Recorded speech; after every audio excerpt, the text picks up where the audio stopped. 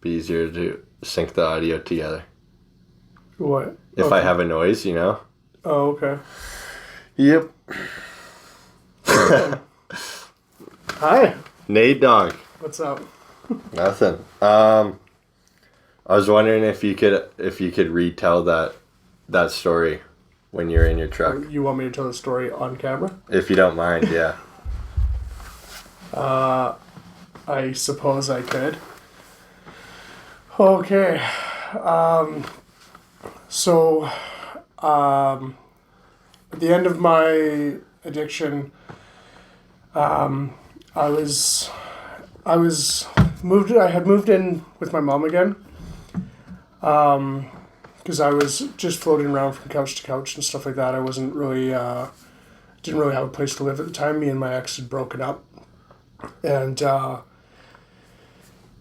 she had gone away camping for a few days, and I thought she was coming back on the Friday for some reason, but she wasn't coming back until the Sunday, and I was basically using from when she left and then all the way through.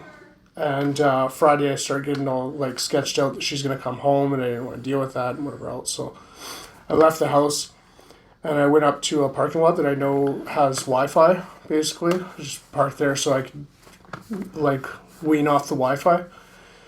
And continued drinking, using that kind of stuff in my truck.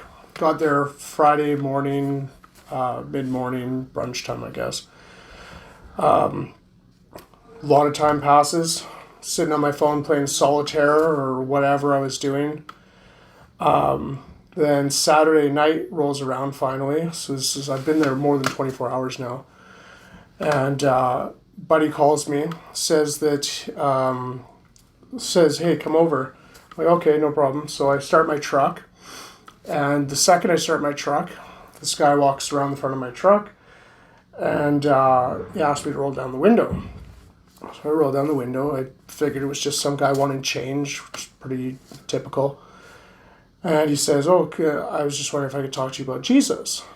And I was like, well, like I'm pretty open. I would call myself before as like an agnostic. I didn't not believe, but I also didn't believe. Mm-hmm. I knew there's nothing to prove it's true, and there's nothing really to prove that it's not true. Even though I believe now, it's the same way. There's nothing that I can do to prove it to somebody. Mm-hmm. You have to know and you have to see it.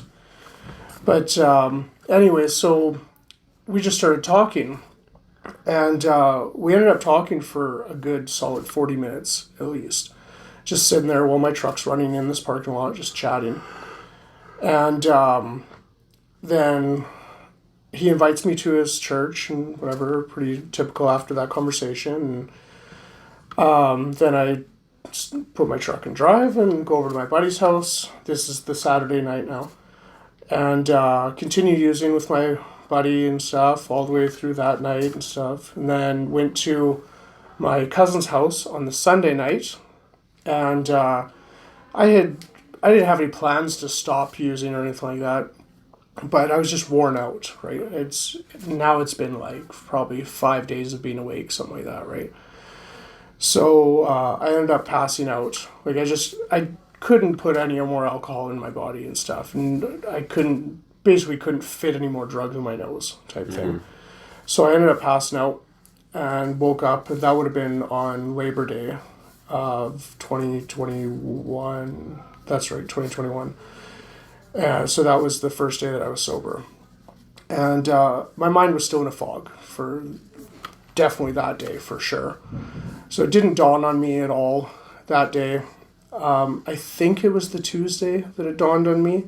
It could have been the Wednesday, but I'm pretty sure it was the Tuesday. And it just dawned on me, like, all the things in my life, like I've always been able to maintain my life more or less while using, but that was coming to a close. I was running out of money. My mom, who I was staying with because I didn't have another place to stay, was ready to kick me out because I kept disappearing for days on end. And I was just like getting in more and more arguments with my kid's mom and stuff like that because Like I would see my kid, but then I wouldn't see her for like 3 days, and then I would see her, and then I wouldn't see her for 3 days, and it's just everything was coming to a close. And I was like, well, what are the odds that this guy would come and talk to me about God and Jesus and stuff like that at this exact moment where I was kind of at my wit's end. Like I mean, everyone has a different rock bottom, and you never know what that's gonna be. But I assume that that was mine because that was my kind of breaking point, right? Where I was hopeless.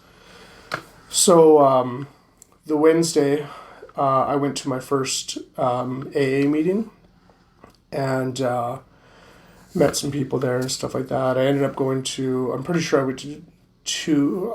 I know I went to two. I might have gone to 3 meetings that day. Just trying to get help, basically.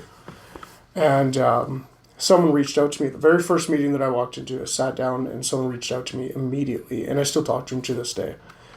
And then because of that interaction, and I ended up, well, I mean, I'm still sober from that day, but I ended up staying sober all that week, which was better than I was doing, right? The longest that I could put myself together for was 18 days. Then I used, and then I followed it with 17 days. And that was the longest that I could actually put together on my own. And then, so I was sober all week. I was feeling better and stuff like that. So I wanted to go, he invited me to his church. So I wanted to go to his church and thank him for talking to me and helping me see something that I clearly wasn't seeing before. And I've been going continuously to the same church for, I started going there in September of 2021, right? And it's now January of 2023. And I've never seen him there one time. And I've always thought it's weird that someone that was so, I guess, devout or so religious that they would be willing to approach a vehicle just to discuss Jesus and God and stuff like that. You would assume that somebody like that would go to church, right? And they invited me to their church. So I assumed that he would be there, and it's been well over a year now, and I've never, ever seen him there, which I have no way to explain it, but it's just weird. Yeah. It makes me think of like lots of that kind of stuff. Like obviously it didn't have to do with God before I lived this lifestyle, right? And had faith and believed, but like I would just chalk those things up to like, oh, what a coincidence. Yeah, I felt like that for a long time too. Now, when I see a coincidence or whatever, my whole perspective's changed. I don't see coincidences anymore. I think that those are put there on purpose, right? At one point, yeah, you could have chalked it up to coincidence, but it's not. Like, there's no way that there's a million coincidences in a row like that. It's just not possible. Like, Yeah. It's pretty hard. It's harder to say that there's coincidence after coincidence after coincidence, like, in a row, than there's just to be, like, just to say that it was a path that's been laid out. Yeah. Right. And like I just want to see if you agree with me on this or this happens through your experience too, but when I'm practicing my 12 steps to recovery really well and my connection with God is really strong, lots of good things seem to happen, right?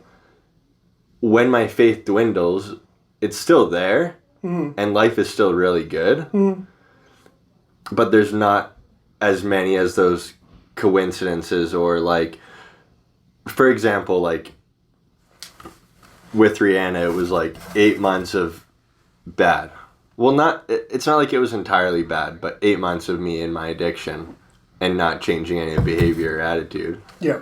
And then like something happened once those 8 months, like 8 months of good happened. And it was like on those 8 months of good, it was like, poof, like, oh yeah, something happened completely out of my control. Yeah. Like where things were just all of a sudden exponentially better. I do agree with you. If you're I see it slightly different, but I agree with you. I think that if you're constantly seeking God in the same way that you're doing the steps, if you're keeping up with your step work and stuff, and you're keeping up with your inventory and you're keeping up with your prayers and stuff like that, just the same way that if I'm keeping up with seeking God in His path, then you constantly are seeing it. And if you're like all those good things that are happening and stuff like that, you're just noticing them more when you're more attentive. So it might not be specifically doing the steps. It might be doing the steps, right? But I find when I'm seeking more and more and more of His path, then that's when I see more of His path. Right? And the steps are a very good gateway for that. I mean, it's a spiritual program. So however you identify God as, it could be the one that is talked about in the book, obviously, or it could be whatever you understand God as. As long as you're seeking, whether it's through the steps or on your own or whatever, you're going to constantly see that path laid out for you. And those coincidences are just going to be part of that path. Were there, because I know in my experience, it was like, do this, like the step 3 prayer, for example, right? It was like, my sponsor was like, do this prayer every day, like all the fucking time. And I did do it every day for a while, and then it just kind of ended up developing into my own prayers. Yeah. And I don't think specific prayers have to be done in order to make contact and grow that connection. And like, how do you feel about that? Well, when I was in early recovery, before I did my steps, when the guy that took me through the steps, he asked me to make sure that I was calling him every single day. And once I started calling him for a couple weeks or whatever, he asked me to start doing a meditation in the morning. So I had this app, and then I would do my meditation in the morning and then go about my day. And then he added at nighttime to do like an inventory or whatever, but it wasn't the one in the big book. And these were all just pre-qualifying me to make sure that I was prepared to do the steps, that I was willing to actually change, that I was going to admit that I was powerless. And once I had pre-qualified type thing and started going through the steps and stuff like that, then he changed it from meditation to prayer. So it was just making sure that I was going to get up and do those things, right? So some people that are entering into it, they might not understand what God means to them at that point, and praying might be hard, especially if they don't believe in like the God that everyone understands. Maybe they believe in Mother Earth or spirituality, and they don't understand how to pray to that. So prayer is hard to pick up if you've never done it before. So he started with meditation and then grew into that, and then from there, that's when I started doing it like daily and stuff like that. But it's I'm sorry. What was your? I'm just trolled and lost now. Yeah, meditation's something that I don't really practice. Yeah. But I know would be extremely beneficial. I just don't set aside that time. Yeah. And, like, meditation and prayer, in a sense, are very closely related, I feel. But I don't have set aside time where I strictly just sit in stillness and don't even talk to God. Like, just sit and listen, right?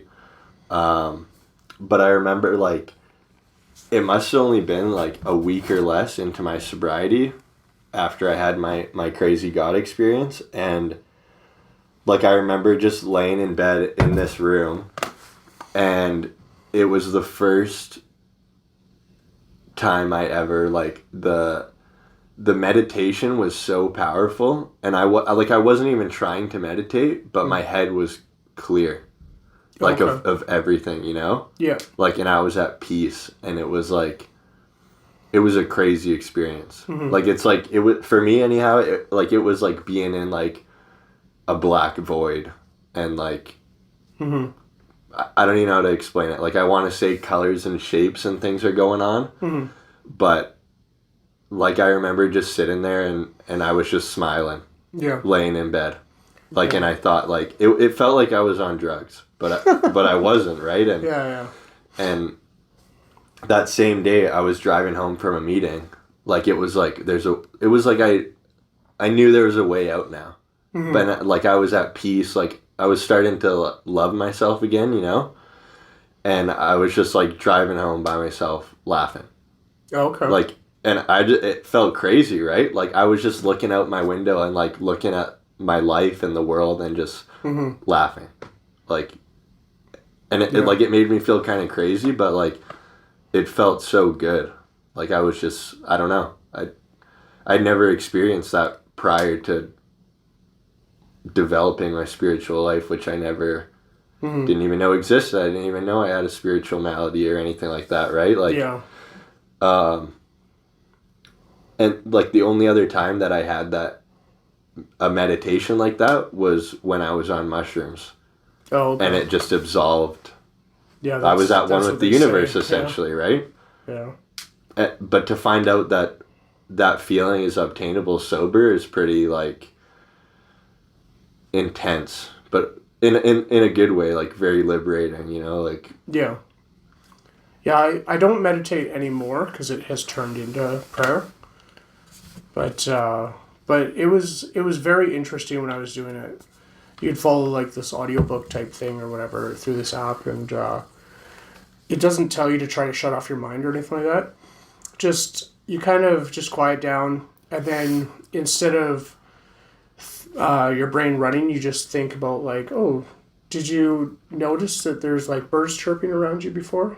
Did you feel your butt touching the seat type thing, right? And it just like centers your focus and stuff. It was really cool, but it was just to prepare me for praying. So. You know, I'm just curious if you've experienced this too, is like, you know, in the big book it says like we were rocketed into the fourth dimension. I did my steps so long ago. Okay, well, it says that, and like the fourth dimension is time, right? As we know. Well, I'm just going a little, speculating a little bit, but anyhow, like, I remember that, like, it's not every day, but some days, like, I'm so present and in the moment that time, like a mushroom trip, time, like, doesn't even, it's like time doesn't exist. Yeah. Like, I was at work one day and it just smile on my face the whole day, when like days prior and days after, it was like, oh, fuck this place, and like, I don't want to be here. But that specific day, I'll never forget. It was like it felt like I was at work for like half an hour. Yeah. But like 8 hours went by and I was going home. Yeah. Like, actually, I got told by my boss recently, because I'm always smiling now, right? Yeah. Like, I've got so much that has changed my life, and I've so much going for me and stuff like that I'm just at peace. I'm happy, right? I'm always smiling at work. I'm always like laughing with people and joking and stuff like that. And my boss actually said that I was immature. I'm like, what? I'm like, why? Because I'm happy? Like, probably not the case. Yeah. And then in the same conversation, he says that I'm like one of the hardest working people there. I'm like, well, you can't have both, man. I think that's like I listen to like a lot of pastors, and I'm not devoted to any religion.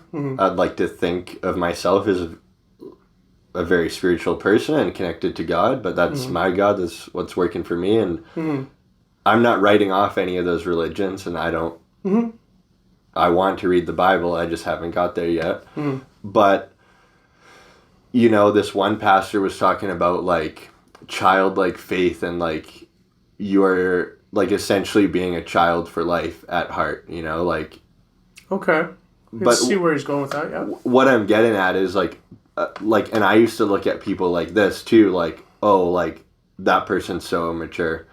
When really, in retrospect, like, I was probably just either fear or like upset that they're so happy with life and nothing really, not that nothing matters, but Yeah. the same things that worry me and I have fears over, they don't. Like they're Yeah. just free, you Yeah. know, like That makes sense. happy, and I'm just like, Kind of makes sense that my boss is always miserable then. well, you know, that's what I'm saying. Like Yeah. I think it's, I don't know, easy for people on the outside to get confused. Mm-hmm. Like I can see how people would be like, say that I'm immature, Mm-hmm. but then when if they're willing to have a conversation like this, and then they're like, holy shit, like, you know, like even my manager at work, she never said I was immature, but she said like you're extremely self-aware and introspective and know, Okay. right? But like I didn't have those qualities before I actually took a look inside. Yeah. You know, I don't know, did what most of us did, I think, like the blame game and Try to float through life. yeah, and I'm this way because like even with Rihanna, she's like, why do you drink so much? And I was like, oh, my grandma died. Yeah. You know, just like such in the sense of why I drank, like such a surface reason. Like that's not what started my drinking. Mm-hmm. Like it perpetuated it, but it wasn't like I would use that as like that's what sent me into oblivion. Mm-hmm. You know? And it's just not the case. Like Yeah. I was talking to a guy and I was telling him like I don't think I'll ever be able to point out like one specific event that made me like this, like from my childhood or like I don't think that's the case. Mm. And then he was like, oh, you will, which I haven't experienced that, so like at this point in time I don't fully agree with that. Mm. But what I do know is like the first time that I ever drank, I got obliterated. Yeah. Like Same. I just couldn't get enough. How old were you? 14. Yeah. Mine was just before my 14th birthday. Mm. Yeah. But not everyone's like that, you know? Like, and I just being on this path too, like, and being really centered in reality, I guess, or grounded, like, and seeing other people, like we're all wired differently, whether that's, you know, like I just can't drink. But like I was saying to you earlier, like my addictive personality still carries into other things. Oh yeah, and it always will. But they're just not negative. Well, They can be. they can be if you abuse them. Yeah, but they're not as They're not socially negative. yeah, they're not as life destroying as drugs and booze. Yeah. But at least I'm aware of them now. Yeah. And whether or not I'm going to make a change is totally up to me, and I know how to do it now. Yeah. Right? Like I got this book by Russell Brand and it's called Recovery from Our Addictions. Okay. Yeah, he went through recovery, right? He's like 14 and a half years or something. Yeah, that's right. He's probably like the smartest guy that I've heard him talk. He's fairly smart. Yeah. He's very, very opinionated. yeah. But his what I do really admire and all that I really listen to from him is like about recovery and spirituality and 12-step program. And he's extremely knowledgeable in that. But in his book that I'm reading, like he has the 12 steps from Bill and Bob, and then he has like his reiteration of the 12 steps. Oh, okay. Which I like in the sense of like it's very palatable to people who are turned off from the idea of God or don't have as intensive an addiction as alcohol and drugs, you know, like whether it's like your phone, sex, food, sure. Like those kind of things. Yeah. And it's just very interesting reading. Like step 1 is, am I fucked? Step 2 is like, do I believe that I can be unfucked? You know, like very, I don't know. I guess just more palatable, but. Yeah, I haven't heard of it, so yeah, it's hard to go off. It's good though, but like what he describes, which is very interesting, is like how he's like done the 12 steps for like specifically like a sex addiction.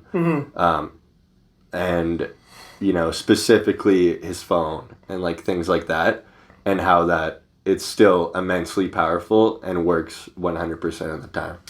Yeah. which is very interesting because I've never tried it on other things that I'm like. Well, you can do that even with the steps that you've been through. You just apply them to other things. Yeah. Right? You just think of, well, why am I on my phone, or why am I playing games, or why am I eating sugar, or whatever, right? Like, what's the fears involved? What's the resentments or whatever? Why, like, you try to figure out what's going on, and then just apply the steps to it. You like, remember early on in my sobriety too, when it was very intense, riding that pink cloud or whatever. Yeah. Which I still am, but it's just not as high in the sky. Yeah. Or it is, but it's changed a little bit. But I remember I didn't want to be on my phone as much as I was, because I knew it wasn't good for me and it was distracting me from being present. Yeah. And then one day, just when I was very present, I didn't even think about my phone. Subconsciously, I wasn't thinking, don't go on your phone. Don't. I wonder if you were distracted by something else that day. Well, just life. Yeah. I was so involved in my relationships and people in the program reaching out. And, I was just so involved with reality, I guess. And I remember just looking at my phone at the end of the day, and my screen time was 4 minutes. Oh, wow. And I was just still to this day, that's wildly low. Still to this day, that's the best day I've ever had. Yeah, I hit 4 minutes before I wake up. Yeah. But, yeah, I don't know. There's so much that's changed. Yeah. What do you think's the biggest benefit of being sober to you? Oh, my relationship with my daughter, for sure. Yeah. Yeah, that's number one.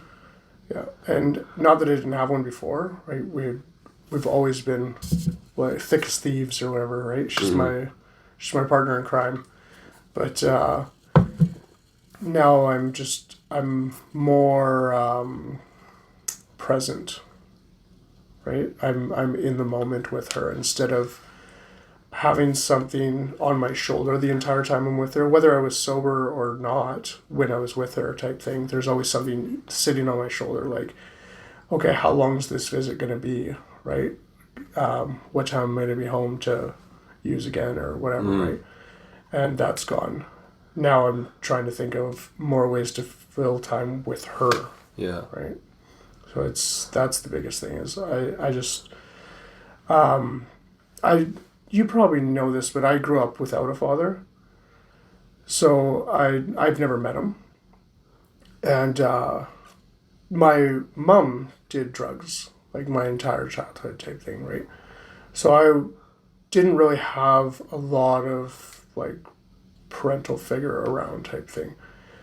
And I don't ever want her to even think that she would have to go through that, right? She needs parents, and luckily for her, she has good parents, right? Whether or not we're together, it doesn't really matter. But because I'm sober now, I get to be present more, right? I've always been there, I've just not been there. Yeah. And do you think, if you didn't get sober and you weren't on the path that you are now, do you think it would be inevitable that you'd be out of her life? Or No.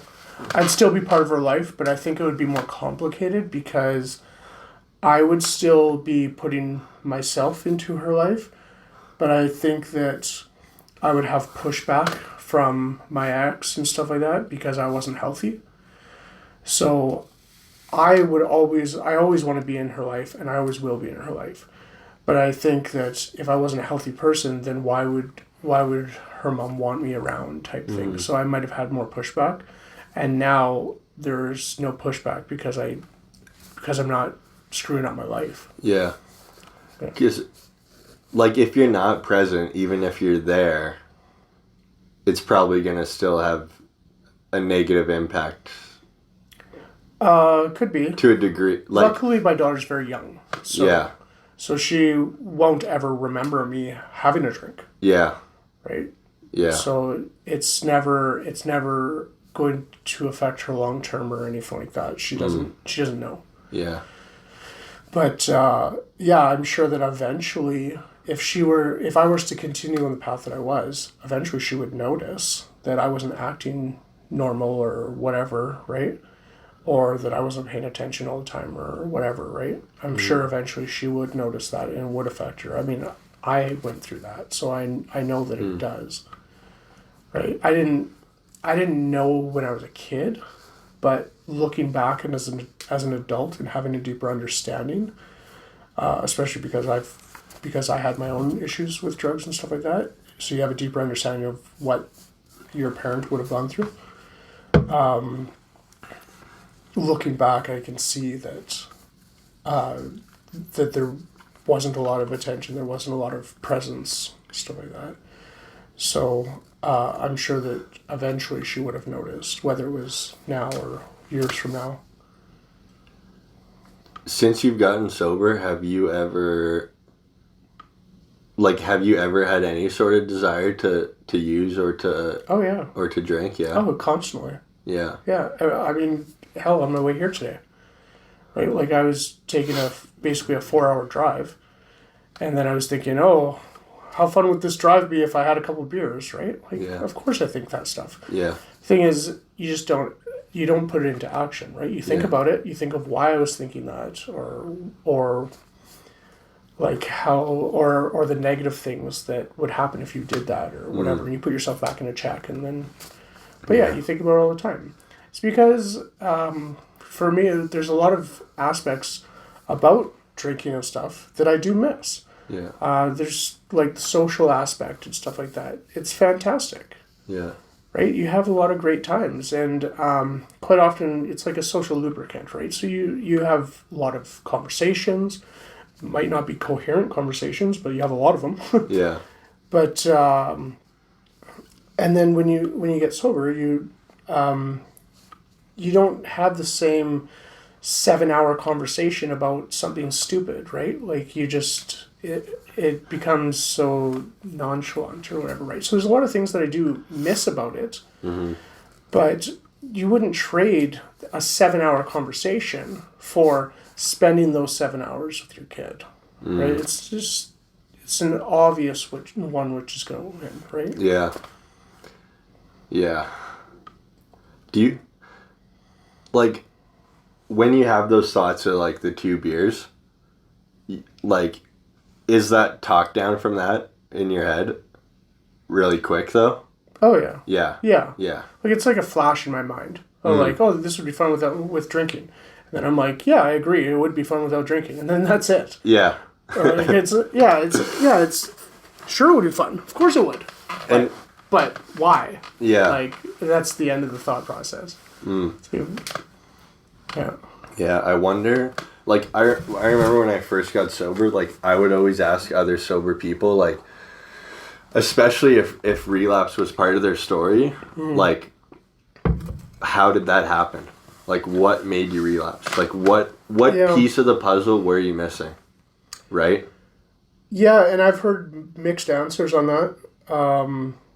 I've asked people and stuff, or they've shared it in groups and whatever else. And some people say they stopped doing the steps. Some people say they stopped going to the rooms. Some people say, I don't know, a tragedy happened or whatever the reason is. There's a million different reasons, and it's never such a concrete answer. Which, I mean, if people are relapsing around you and stuff like that, and there's so many different reasons, it keeps you on your toes to realize that these things are going to attack you every single day, right? There's going to be bad moments in your life. There's going to be loss and going to be times when, say, you can't make it to rooms and stuff like that. And days where you flat out forget to do your steps because you're just, I don't know, you get up early and make breakfast or whatever, and you just forget to do your prayer. Yeah. Right? It happens. Or maybe you're late for work or whatever. So these are things that keep you on your toes, and you have to be aware of like all the different things that are going to attack you during the day and make you possibly think about reaching for that bottle. Have you heard the expression, we're all the same distance from a drink? I don't know. Well, what do you think Like of that expression? For alcoholics or for people in general? For alcoholics. Well, I mean, it makes sense. We're all one shitty decision away from Yeah. going right back out. It's Yeah. pretty much the same thing. Yeah. It doesn't matter if it's a small decision or a big decision. We're all one decision away. I mean, all I have Yeah. to do is start my truck and go to the liquor store, right? It's not hard to drink. Yeah. So, Yeah. But, like, that being said, I think we have different levels of spiritual fitness. yeah, But- people all practice different things. The problem with trying to compare spiritual fitness is some people aren't spiritual in the same way in the program, right? Some people believe in God and some people don't. I mean, just because you're looking for a higher power, it can be the collective knowledge of the people in the room, right? It doesn't have to be anything spiritual whatsoever. So it's hard to compare spiritual fitness when some people just aren't spiritual whatsoever. Yeah. Yeah, like, I do know an individual like that where our group is their higher power. And I guess I've just never taken the time to ask him, like, what, do you pray? Like, what the rest of his program looks like, essentially, I guess. Well, I mean, praying could be thinking in your head, like, hey, what would Bill do? Or whatever. Yeah. Right? Like, in this situation that I have in front of me, what would Bill do? Or what would Jeff do? Or what would Sarah do? Or whatever, right? Yeah. Like, what would this person do? And that's kind of the equivalent of praying. It's trying to look for an answer, whether it's from above or within yourself or something like that, right? Yeah, I find, like, I'll quite often, like, ask myself, like, what would God do?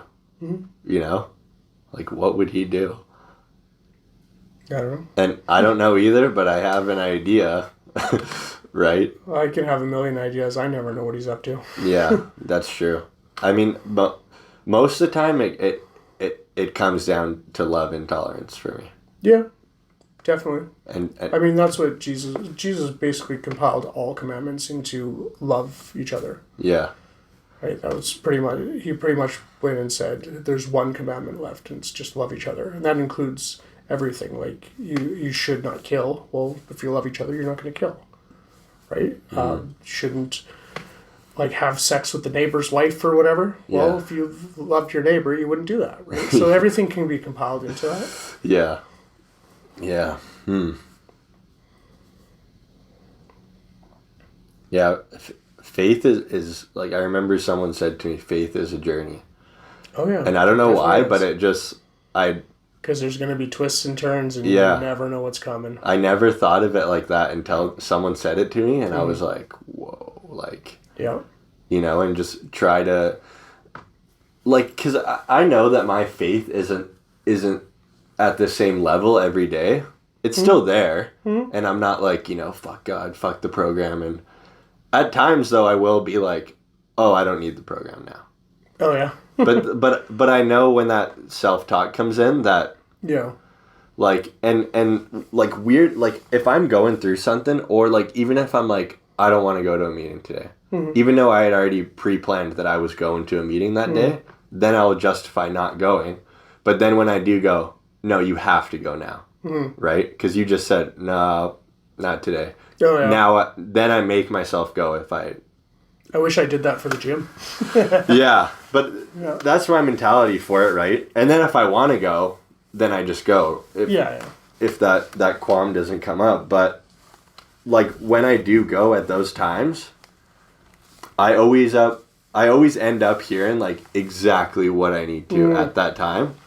And that's something, too, that would be like, oh, what a coincidence. Yeah. But sometimes it seems like it's so specific to exactly what... Yeah, I've had that a few times where, like, especially in early sobriety, I'm a lot more at peace now because there's so many things that are going well, but things don't always go well. And in early sobriety, not everything was going well. So there was days when I'd struggle, and then I was a lot more involved in like meetings and stuff like that at that point. Now because I've gotten my life back, I spend a lot of time with my kid and stuff like that. So I don't always have time for meetings. By the time I do have time for a meeting, they're all over for the day or whatever, or I'm at work. But yep, lost it. No, but my mind trails off. What was I saying? Yeah, I don't remember. ADHD is a bitch. Oh, at the start of your sobriety, you were going to lots of meetings. Yeah. So, yeah, I found that when I was struggling in early sobriety, that when I went to a meeting, that they would like every time it would be some kind of message, and it would hit me like on the spot, or the daily reflections reading would be exactly what I'm going through. I'm like, that's like, it's so weird. Like, you can't explain that shit. It's right? just so weird. And you would think, oh well, everyone in the room's having that experience then, right? Like, don't know. Yeah, maybe this message is hitting everyone right now. Maybe. But it makes me think too, how would it be possible that we're all going through exactly a similar... But how come when I go and I hear something like that, like a daily reflection, I'm like, holy fuck, like, you know, that's why this is out of control, or that's why, you know, like, there's lots of times when I come home from a meeting and the first thing I do is, like, I go apologize to her for something. And she's like, you're always so nice when you go in for a meeting. And usually it's because something clicks where I'm like, oh, like, I fucked up. Brings you back to center. Yeah. Today, like, and since I've been sober, I'm glad, like, it's really small things that I'm apologizing for. But if you let those stones build up, right, it's eventually going to turn into a boulder. Yeah. And some stuff, too, I know is just, like, just the way that I am right now. Doesn't mean that it's not going to change. But, like, little things, you know what I mean? Like, if I, like, finish this and I leave this can here, you know? And then she's like, what the fuck? You didn't clean up your can. And it's like... Yeah, everybody's a little bit different. Yeah. But it's not like it's by no means close to like a relationship wreck or anything like this can, right? Yeah. But little things like that can build up and you know, like I remember that was like a little struggle for us early on in my sobriety is like... Dealing with your character defects? Yeah. Because she like still didn't really believe the journey that I was on and that things were changing for me internally, which were gonna manifest in outside change as well. And so like these little things were really like building up for her, and they were really bothering her. Like I was really pissing her off. Unintentionally though, obviously, right? Because you're so focused on other things that the can wasn't really your... You weren't... You didn't care about it. And for me, and then for me, life is so good. I'm, you know, going to meetings, doing all these things, seeing all these people, and... Don't realize that you're still harming. In tiny, tiny ways, but... Yeah. But it was also like a time of growth for her as well when she realized, like... Yeah, it can be. There's no sense in... We're not getting anywhere by these little things, right? And I was victim of it too, because I thought, like, definitely for sure at the start, it was like, oh, I'm so much better than everyone else now. Like, you know, and everyone needs spiritual enlightenment, and like, I was like really preachy, like it says in the big book, you know, screaming and shouting from the rooftops and that whole deal. And that was definitely like, because I can see how annoying that would be. And before this was my path, those people would really piss me off, you know? Like, oh, you just need God and all these problems would reside. And you know, I just, like, that kind of shit would bother me. And then I started doing it. I'm lucky I never went through that. Oh, yeah, frick. Like, oh, man, it was bad. Like, I would tell her, like, you know, if you just developed your spiritual life, none of this stuff that you're worrying about would really matter. And you know, and then it just got to a point where... Pushing it on her. Yeah. Instead of dealing with your own problems. Yeah, she's like, would you just shut the fuck up about this already? Yeah. And I'm glad she said that because it was a wake up call for me. Mm. And then I go to a meeting, and it's tradition 11, attraction rather than promotion, and people start sharing this exact thing, and I'm like, holy fuck, like, Yeah. how? Yeah. How? Like, it's not coincidence. Yeah, yeah. But it's, I don't know. Like, and even if these things, even though I wasn't part of the program, like, if something like that happened before, it might have been happening right in front of me, sort of like you were saying, but I'm just completely oblivious to, Yeah. like, the way that your perspective on the world and the way that you see reality changes so much. Let the smoke clear.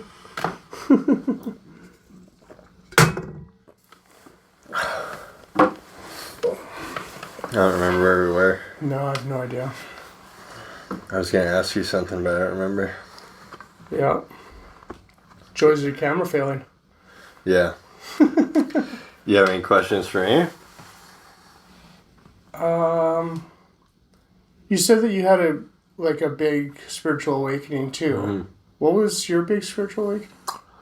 So, I had my bad episode here New Year's Eve last year.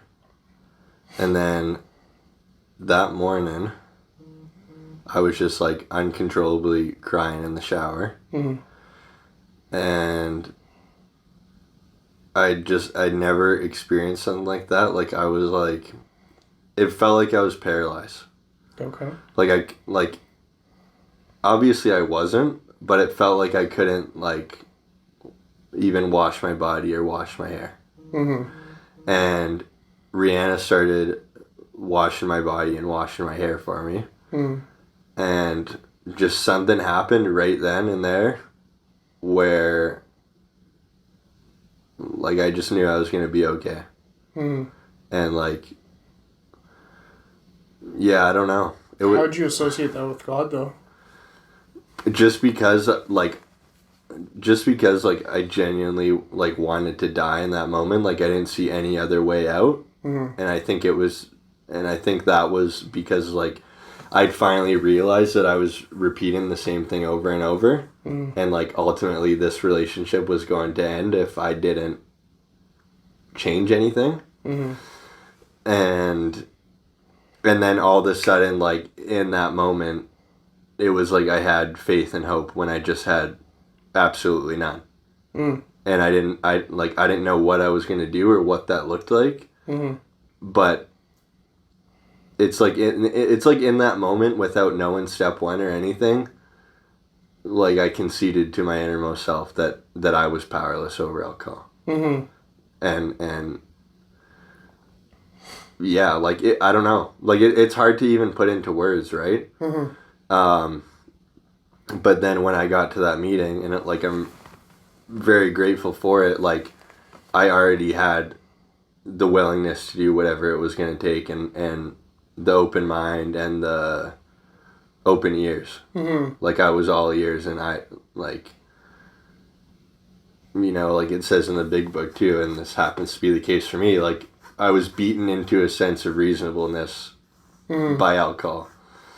But yeah, like I said earlier, like, maybe I could have never drank again just off of that experience. But I wouldn't have all the tools that I have today, and I wouldn't have been able to reconcile with my past. You know. Probably would have came back up again. Yeah. Yeah. And maybe I would have never found those tools, right? And the past doesn't haunt me anymore. But I know there's still stuff from the past that might still need a little work internally. But it's not, like, crippling. Like, I don't think about it all the time, but every now and again, like, something will pop up and I'm like, oh yeah. Well, nothing happens overnight, right? Yeah. But yeah, I don't know, like, I'm really grateful that it's been a year, and, like, you know, it's just crazy the amount of people that, like, know I'm sober now and know somewhat of the journey that I'm on. And are like, because when I first got sober, I was like, oh, a lot of people are going to be like, no, it's fucking bullshit, or fuck, like he's a God guy now and he's crazy or whatever the case. But generally speaking, like people are extremely supportive and like are really happy for me that I'm out of there. But like even the case with Rihanna and her parents, like they had never had that close of an encounter with someone who was in addiction or alcoholism. So it was really like they were like even my parents, right? It was like, why can't you have a couple drinks? And my answer was always, I don't know. And I genuinely didn't know, you know? But even them, like they're super happy for me, and I'm glad that they are the people that they are, because God's not in their lives, but they don't care if he's in mine. It's I'm still their son. They're stoked. They still love me.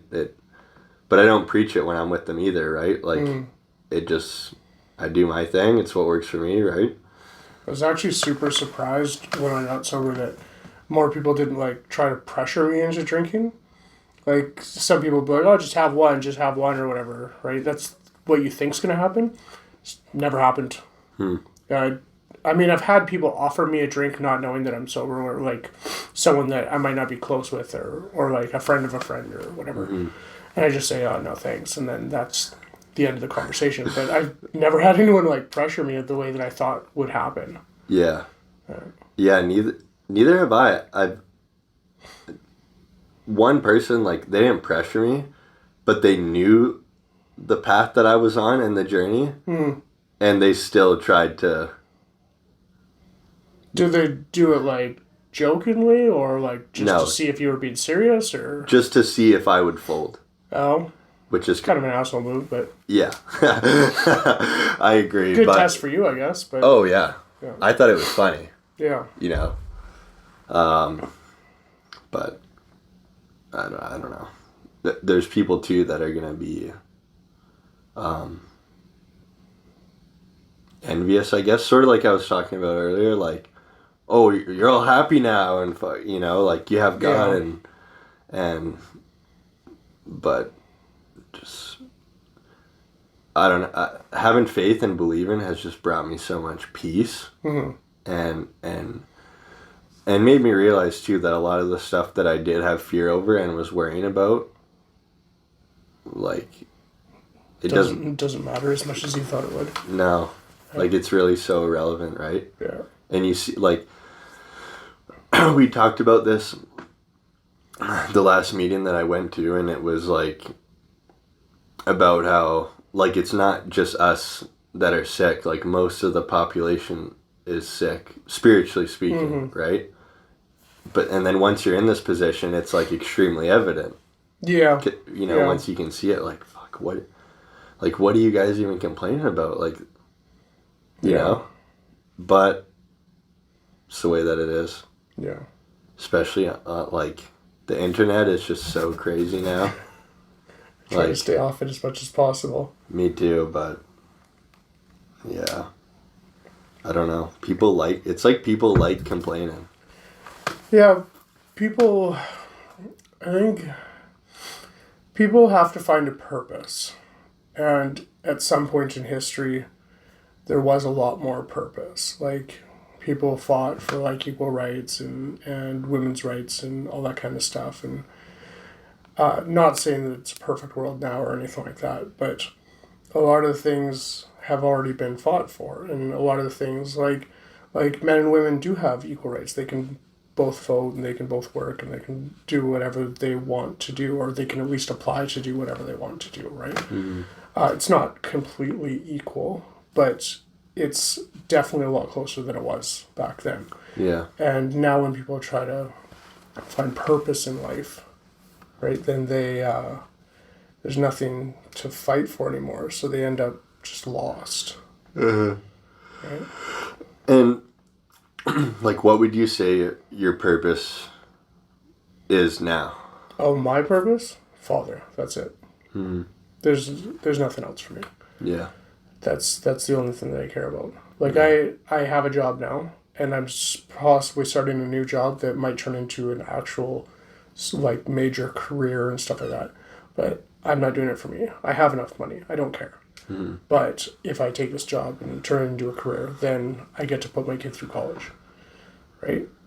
I like nothing that I do for myself anymore. I mean, I still have hobbies and stuff like that. Yeah. There are things that I do for myself, right? Like sometimes when I have her and stuff, I'll take a nap, right? Like Yeah. I'm still, everyone's selfish in a little bit. But yeah, everything that I do, that's my purpose. It's to be a father. Yeah, like I remember one time her and I got into a little argument or something like that. Or she was mad at me for something and I had no idea. Like I was completely oblivious to it. As it usually goes. Yeah. Yeah. And I was just like, like the vibe was off a little bit. And I knew I had to get out of myself. So I was like, oh, like I'm going to go help Mark chop some wood. Okay. Like stack some wood, right? Sure. And then she thought, oh, you're doing that because, I'm mad at you. When in reality, I had no idea, but it was so I could get out of myself and thinking about me, right? Yeah. So you're helping somebody else so that way your thought process isn't inwards. Yeah. Yeah, I get that. That makes sense. Which, like, I'll probably share about it tonight, but like, a lot of this program for me has been like doing the things I don't necessarily want to do. Yeah. But I know I should. That's the big thing, is things that you should be doing. Yeah. Right? Like, there's a lot of stuff that I don't want to do, but I also probably shouldn't be doing, right? But it's knowing what you should be doing. Yeah. Yeah. There's... Yeah, I don't know. And that's when I know, like, the selfishness and the ego is setting back in. And, like, it's crazy how quick it could come back if I'm not doing my daily reprieve. And yeah. But... Yeah. I was just thinking, like, when you're coming out here, too, like, it's so crazy that I was on this journey. And then... Yeah, I've told a few people about that at work this week. Like, oh, I'm going up to see a buddy or whatever. He's taking his year clean. And then I would explain it to him. Like, yeah, we've always talked here and there and stuff like that. And there was a period of time where we weren't really talking that much. Yeah. And you called me out of the blue and stuff. And then I don't even remember how it came up. But one of us said we were sober. Yeah. And then I'm like, no way, like... You're doing this too? Whatever. I'm like, that's insane. Like, what are the odds? Yeah. Yeah. It's so weird. Yeah. But it's good because I get to come and see you go through this path and it shows me that the program works. It shows you the program works. Yeah. It's nice. Well, it was very selfless of you to come up here just to see me. Well, I mean, I enjoy it too, so it's not completely selfless. No, for sure, but it's still...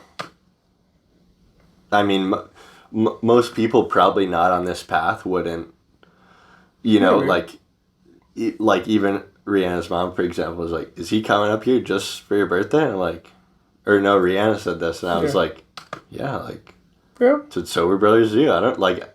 Well, I haven't seen you in a while too, so... True. Good excuse to see you. But, like, there's something about that connection, too, that is... I don't know. Yeah. Like, that's what's different about meetings than... There's definitely... Well, they call it the fellowship, right? There's definitely a weird thing about the fellowship. How people can connect, even if their past is so different, they're all there for the exact same reason. They're all their paths have led them to this place. And now we're all in this place together. Yeah. Right? I think that, like, now that I'm here too, like, I think that sense of community is really important for people who aren't even... Yeah. You know what, like, something you're really passionate about, like, let's say you're really passionate about mountain biking or something.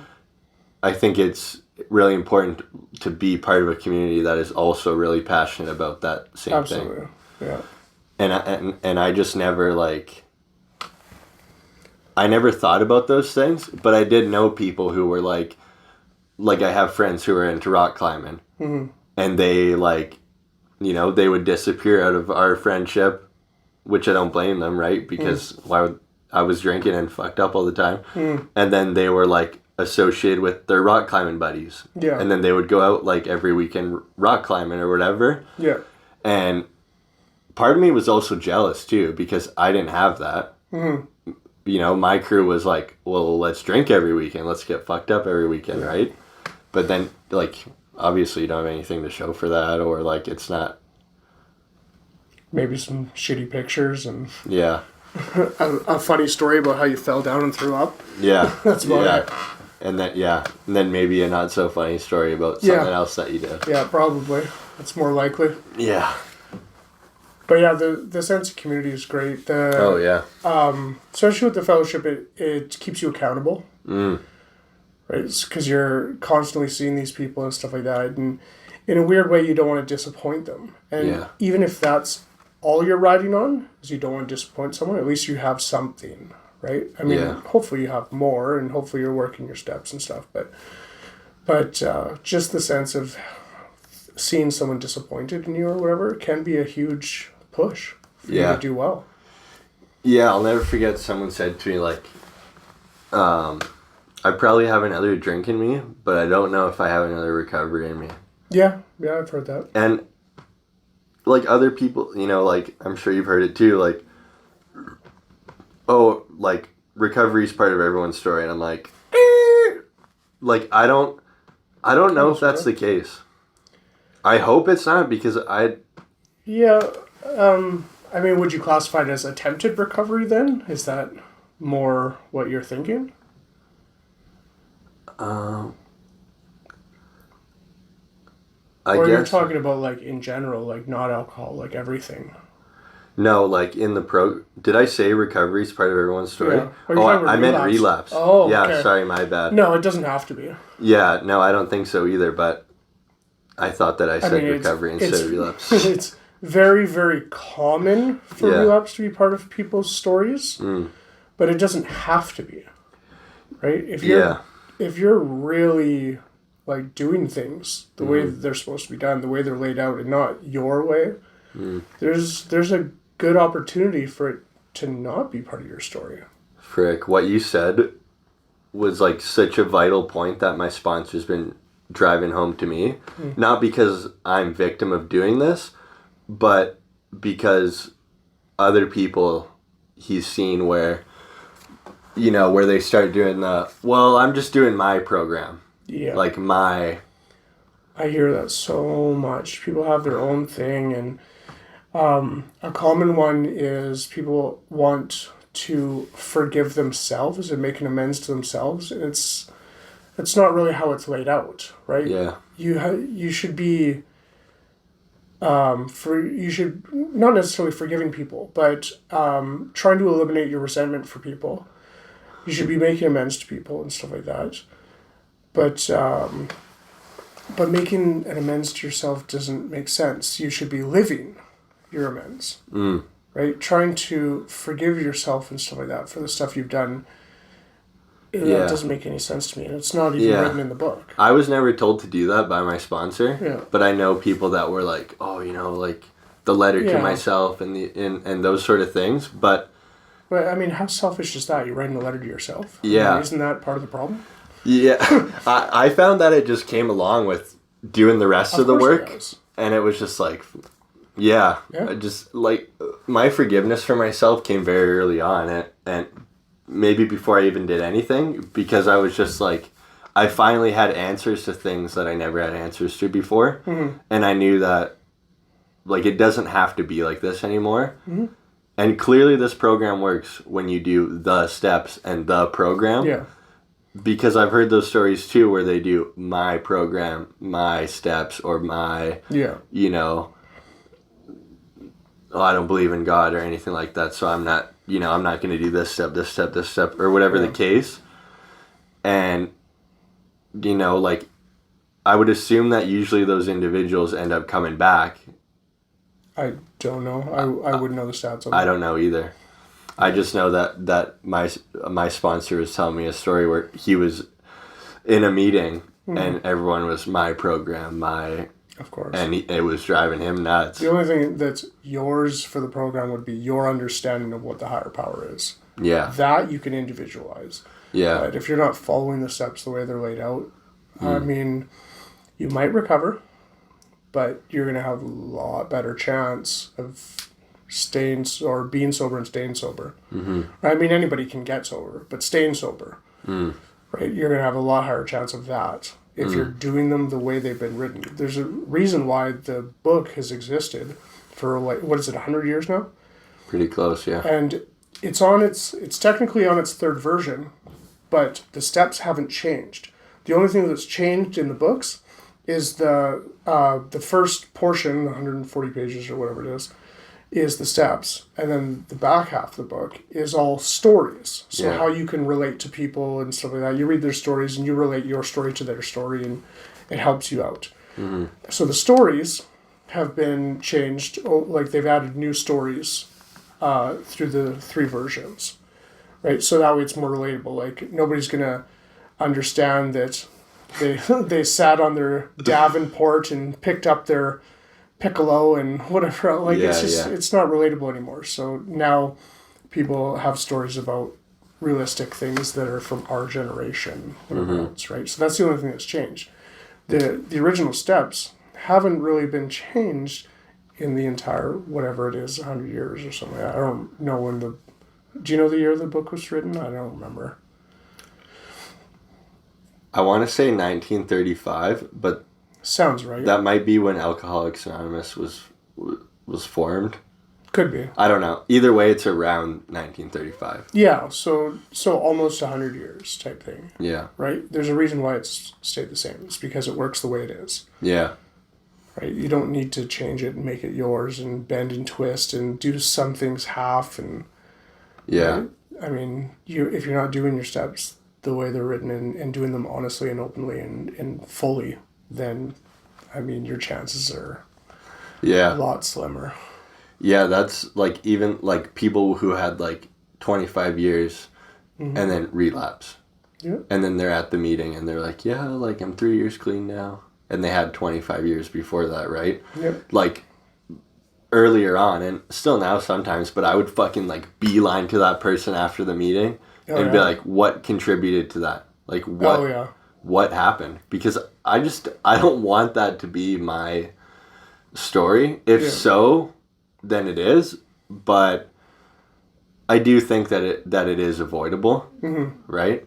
And like even like when certain things happen, like the other day at work, like when I found that person, like it's so heavy, right? And like my first thing is like, oh, like a drink would solve this, but I just for a quick sec, right, would absolve this feeling, but then it's like, oh, I know that's not the solution though.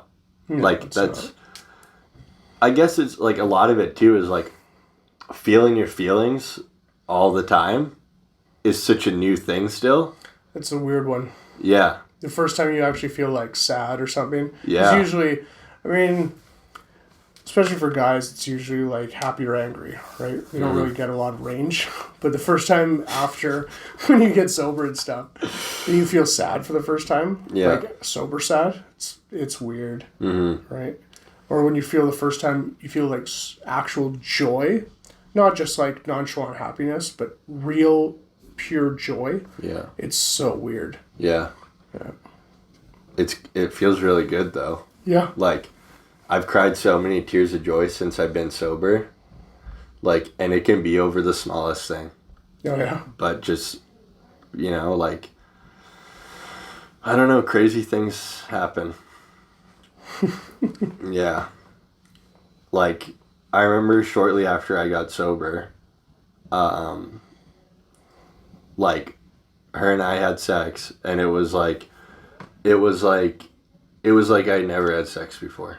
Oh, really? Like, yeah, it was just that connection, I guess. Oh, like it was, I don't know. like it was just so intense, and I think it was like definitely had to do with a lot of me not being so selfish.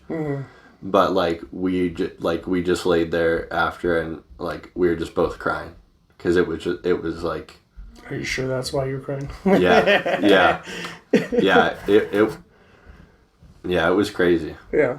It was like fireworks were going off, you know. It was just like in retrospect, I feel like a lot of it has to do with just like finally loving myself for who I am, I guess, and not, you know what I mean? Kind of. Like not trying to be somebody I wasn't, I guess.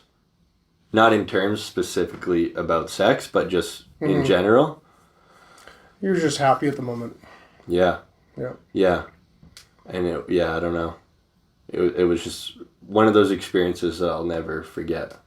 Like, and like riding that high at the start of sobriety, like knowing that feeling is possible again. Like it doesn't mean that I'm never going to be like that again, but it's just so powerful that like I wouldn't trade. Yeah, I wouldn't trade my worst day of sobriety for my best drunk day.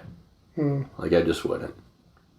Like I remember one day driving home, I was thinking like, what would have to happen for me to drink again? And it's probably not the best thought to have. You just have to stop at the liquor store. It's pretty easy. No, but like life event or world event or you know, like what would have to happen for me to actually justify and follow through? Actual real apocalypse. Yeah, the conclusion that Four horsemen coming across the sky. You're like, fuck it. Yeah. Like it's over anyways. Yeah, and that was pretty much the conclusion that I got to was like, I would have to be like the last person on Earth or something, you know? I guess. And just say, and then just go, fuck it. Like, I don't know if I was the last person on Earth, that'd be kind of fun. Just raid houses and do stupid shit. But it'd be more fun, like, drunk. I guess, but isn't that the whole alcoholic thing? Isn't everything more fun drunk? Yeah, that's what I thought. That's the problem, yeah. Yeah, like, even, like, the first time you know what's even more fun than being drunk is remembering that you did it. Yeah. Yeah. Yeah, that's very true. Like, I remember,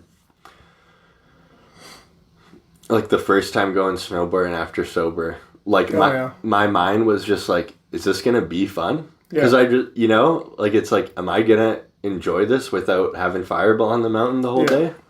And it was like, it's a blast. Yeah. Like, I'm not, there's so many, like, sometimes when I was drinking, I'd be, like, falling all the time. And I'm like, oh, like, I fucking suck. Like, keep catching my edge or something like that. And it's, in reality, though, it's probably because I was drunk and... Yeah. Well, it's funny, for most people, they can have, like, one or two drinks or whatever. And it might like, loosen you up, make you more comfortable, right? You ride a little smoother. And then for us, it's like... No, we got 2 drinks in us, and then we're like, hey, wouldn't this be even better if I had 4 drinks? Then you get to 4, and you're like, oh, wouldn't this be better if I had 8 drinks? Yeah. Right? And then it's too late. Yeah, I remember when I first got sober, I was like there was the fear of nothing being fun anymore. I had a fear of typical drinking events, like camping. Mm-hmm. Camping and drinking are associated with each other pretty heavily, right? Yeah. So I was like, oh, what, am I never going to be able to go camping again? Just not even thinking that, you could go sober camping. It's not really a big deal. Yeah. And I've gone camping since, and it was so much fun. Yeah. Right? So it's... Yeah. But I had that fear of like, oh, I'm never going to be able to go camping again. I'm never going to be able to go here, do this again, do that again, that drinking is so heavily involved in. Mm-hmm. And it's never been an issue. Yeah. I remember, I had that fear too. Yeah. And we went camping with some of her friends. And I had that same fear, like, oh, I'm going to have a shit time. And, like, I always think, like, before those events, like, they're getting easier now that more time's gone on. Mm-hmm. But even if, like, we go to a party together, like, I'm good for, like, a couple hours. Mm-hmm. But, like, after that, I'm, like, pretty much ready to go home. Yeah. Because I'm just... people, because people don't have the same goals as you, right? Yeah. You came there to play cards or do karaoke or whatever the party's about, right? Yeah. And then they're just drinking, right? So Yeah, You yeah. just don't have the same objective anymore. And, like, it was probably the best camping trip I've ever had. Oh, yeah. Like, besides from, like, maybe, like, early childhood or something. Sure. But it's just different now, too, right? Yeah. But it was, like, I was, like, fishing the whole time and, like, just having a blast. And, like, that freedom of being able to do whatever you want, whenever. Yeah. Without having to worry about, you know, like, am I going to get pulled over? And Yeah. not that I would really worry about that anyhow until... Am I going to hit a ditch? Yeah. Yeah. And it's like, and I wouldn't even really worry about those things until, like, I see cop lights in my rear view or something. And then I'm like, fuck, like...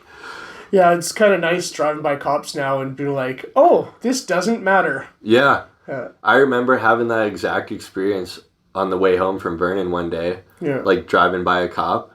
And it was, like, I didn't even... Have you been pulled over yet since you got sober? Yeah, once. Yeah? Have you? No, not yet. I'm waiting for it. I'm waiting to go through a roadblock or something like that. Yeah. Right? Just that excitement of like, oh, have you had anything to drink, sir? Like, no, not since September 5th, 2021. Right? Just that smart ass answer. Yeah. Right? Which, I mean, I don't know why I want to do that, but... I probably would too. Yeah. I think it feels good too to just know, like... To brag about your accomplishments. Yeah. Yeah. Yeah, I guess so. Yeah. Yeah. And... Like, notice me. Yeah. And even for someone like... We're all a little bit selfish still. Yeah. Like, I'm sure for my girlfriend, like, she could probably do a year sober. Like, totally, she could. But some other people, even who aren't alcoholics, it's, like, it's so normalized and part of their life in a way.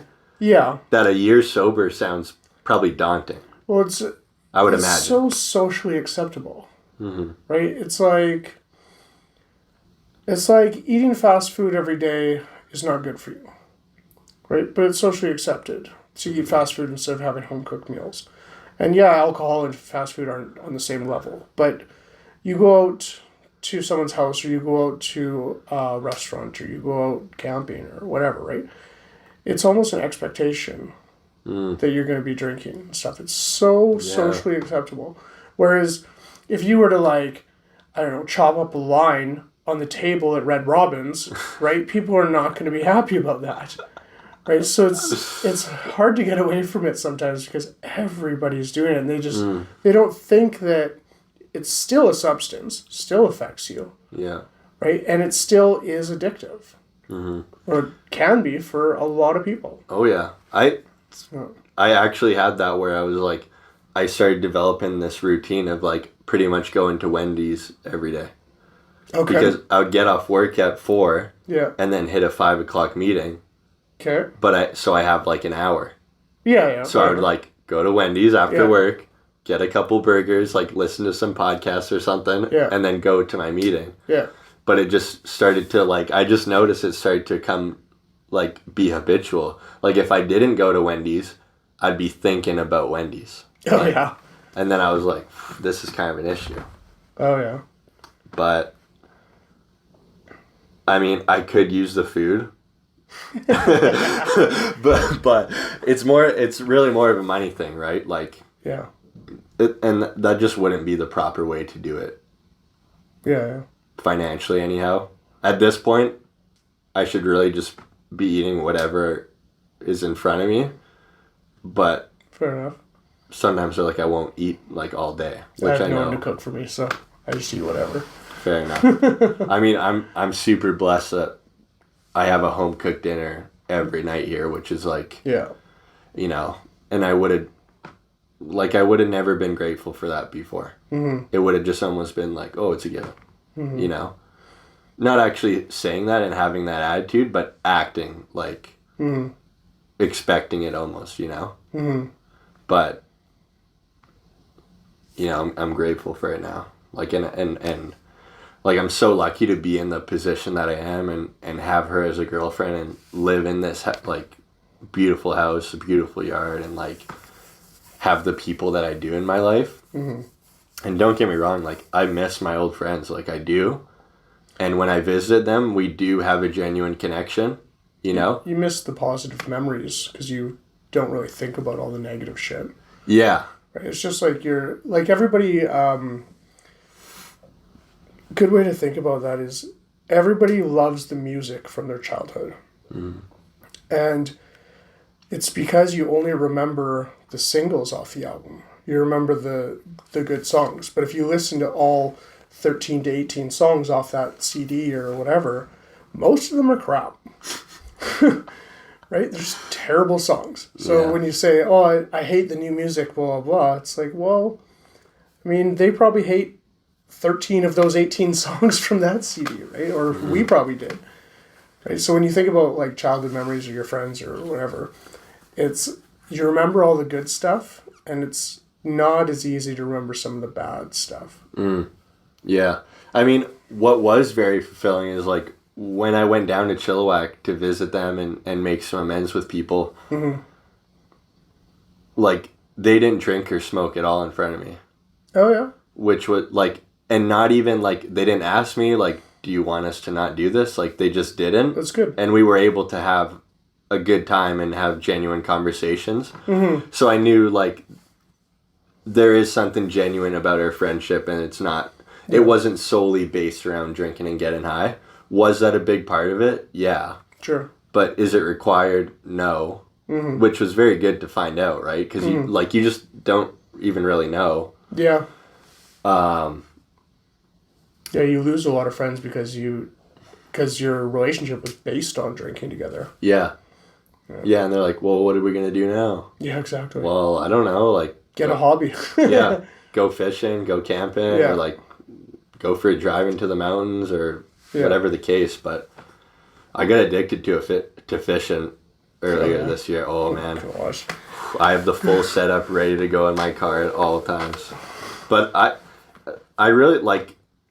I kind of look at it as, I guess, meditation in a way. Like if I'm just by myself, it's just me and my thoughts, and you know what I mean? And I like it. Like it's peaceful, like waking up at 5, getting to a lake at 6, and it's just you. Yeah. And I've been fishing twice. My first time fishing was probably 2 years ago, something like that. And it was my first time fishing and my daughter's first time fishing. Nice. And we both caught one. Nice. So it was pretty cool. And then the second time fishing was also with her. And that's it. And she's like, I want to go fishing more. So I ended up getting her a rod for Christmas this year. Nice. But we haven't gone yet because it's just too cold. Yeah. Yeah, it's... Yeah, like even hunting, like I did hunting a lot when I was a kid. With my grandpa and my dad. And then it was just kind of... You know, once I started drinking, then I could care less about... Like, I didn't want to go hunting and camping with my parents and my family. Because that was going to take me away from the weekends drinking. Yep. Right? But now, like, yeah, after I got sober, it was like, fuck, I want to go hunting so bad. Like, and just have an experience by myself, too. Do you want to go hunting by yourself? Eventually. Definitely not my first time, but maybe eventually, you know. But there's a lot. What happens if a bear comes up behind you? Probably bring somebody. Guess I'm dead. Yeah. That's pretty much how that works. Yeah. Yeah, I mean, I'm not, you know, even if I don't go hunting, like that being said, like I still, like, I'd like driving up into the mountains, like in my car, just by myself. Yeah, I do that kind of stuff, but probably wouldn't stand out in the woods by myself like that. That's fair. I would probably just do car hunting, honestly.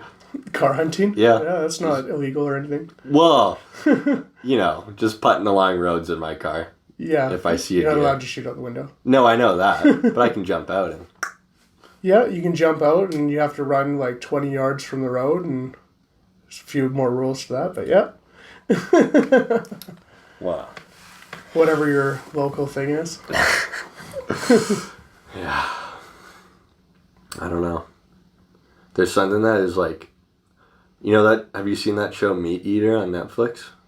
I've heard of it, I haven't seen it. It's really good. I have a book by him too, but there's something that just like seems so grounding about Preparing your own food like that, or Yeah. killing your own food. and just being out there. Like, he's not alone, right? He has camera people with him, Yeah, sure. but he's hunting alone.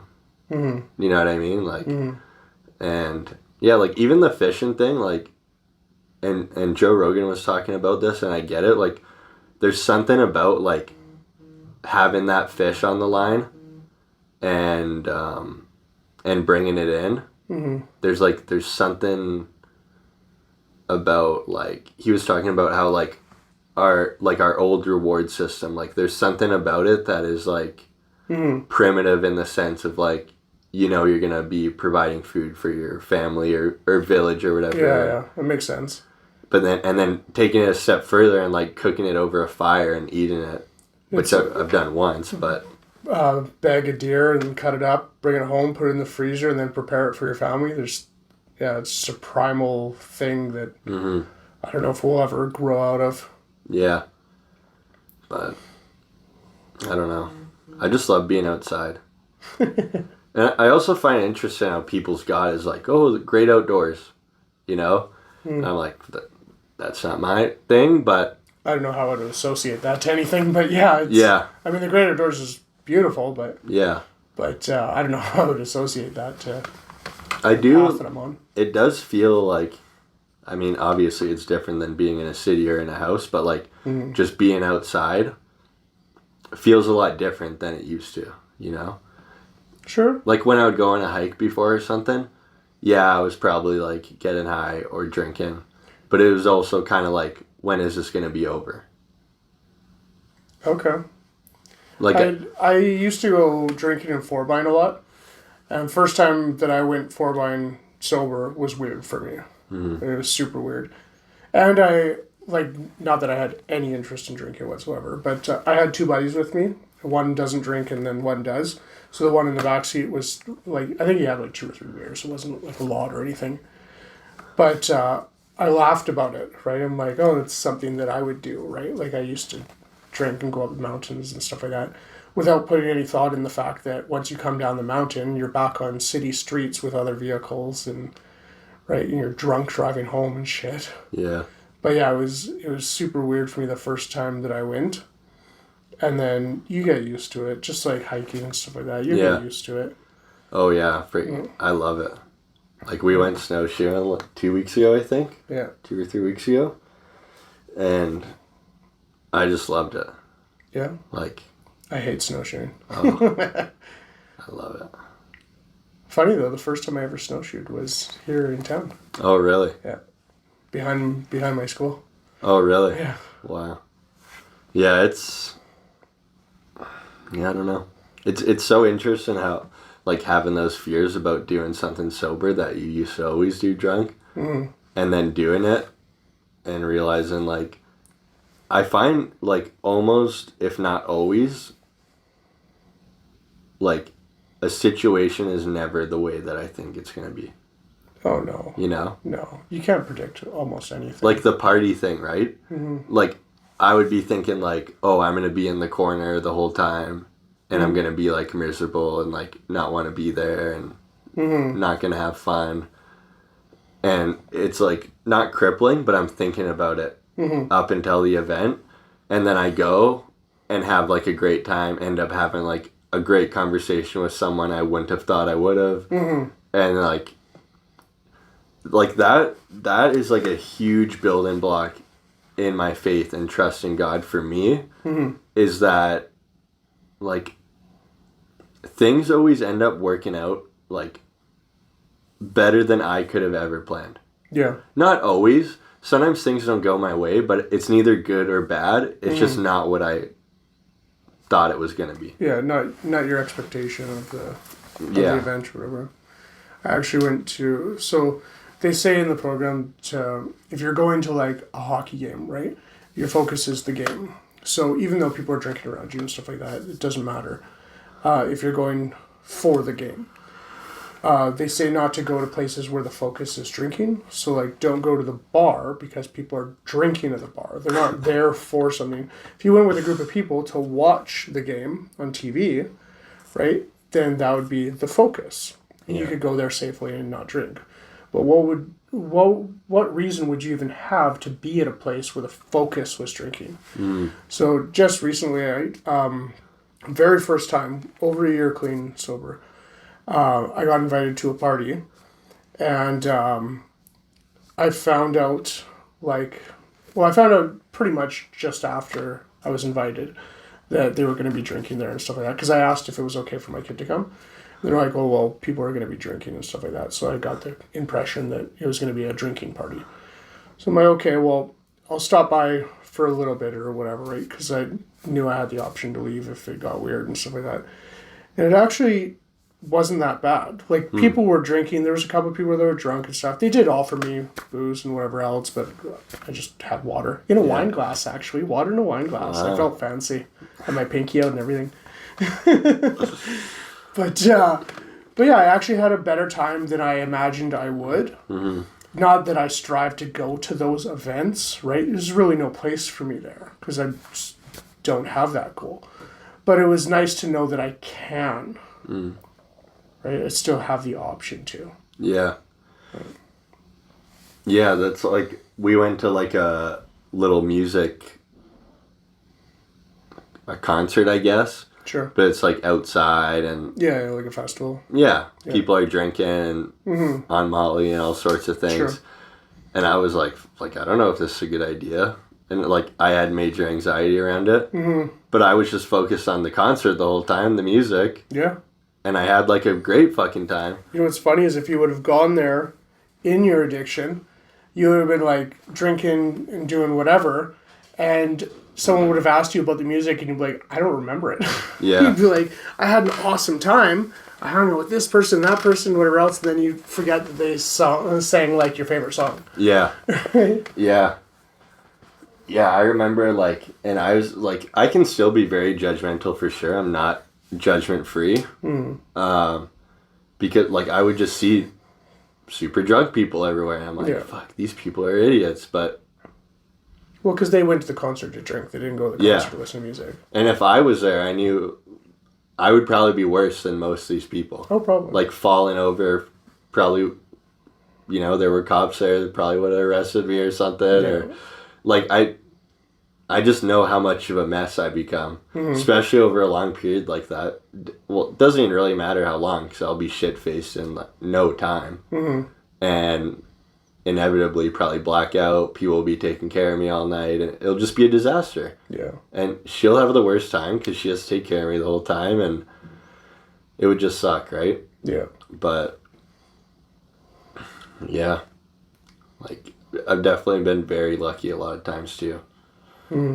And like, I guess now, lucky is probably God looking out for me, but yeah, like one time I went from Langley to Promontory 220 the whole way, and somehow like wasted, and somehow nothing happened. Like, you know, who does that happen to? I don't know. Not saying that I have a good one for you. Yeah. On my 29th birthday? No, because I already had my kid at 29. Or did I? No, I had might have been my 29th birthday, right before I had my kid. I always wanted to go rent like scooters, like Vespas downtown, and just terrorize town, right? Like, get a whole big group and like Vancouver? Yeah. And just get a big group and then like cut in and out of cars and just make it a hassle for everybody, right? I thought it was hilarious.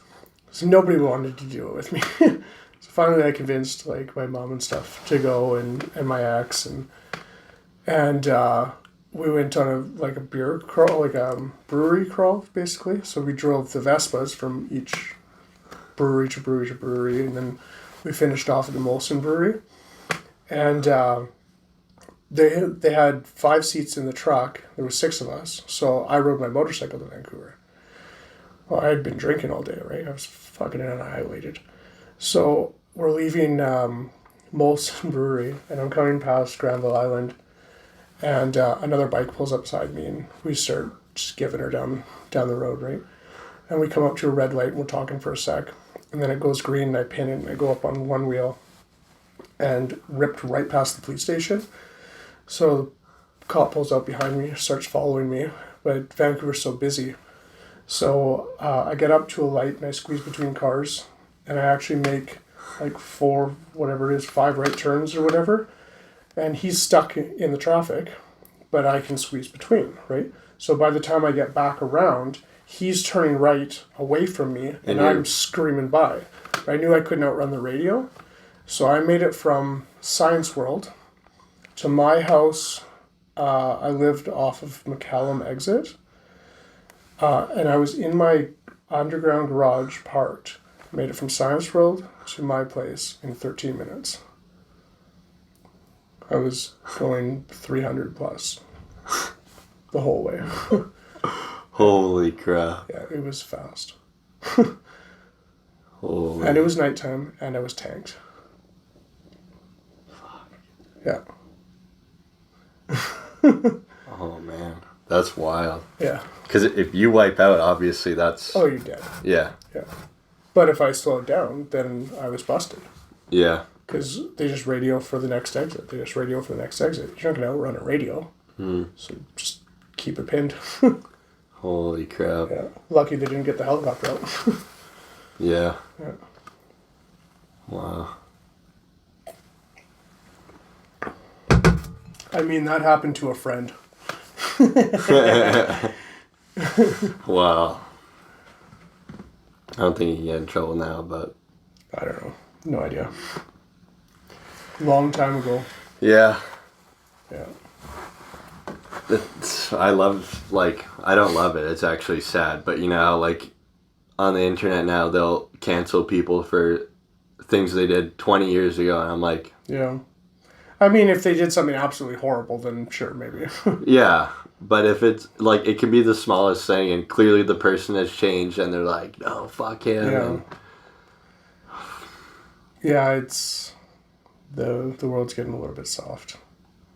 Yeah. Yeah, oh well. Speaking of soft, have you Where is this going? have you heard of that YouTube channel, Soft White Underbelly? No. Oh, okay. What is it? It's this guy who interviews people like in Skid Row. Oh, okay. Yeah, it's very interesting. Like all like people who are addicted to fentanyl, like child predators, like corrupt police, like all sorts of things, right? People with BPD, like alcoholism, whatever the case. And it's, I don't know, it's just interesting. Probably a lot of rambling. Yeah. Yeah. A lot of nonsense. More people with, just like this. well, I mean, yeah, people with like, and I've had to deal with them personally at work, like people with schizophrenia are like, Yeah.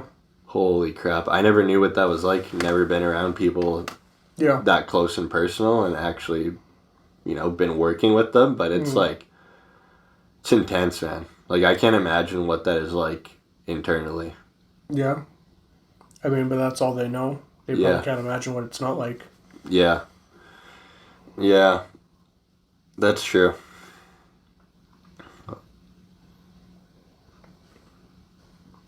Oh. Oh, should we wrap it up? Sure. All right, buddy. Well, good chat. Yeah.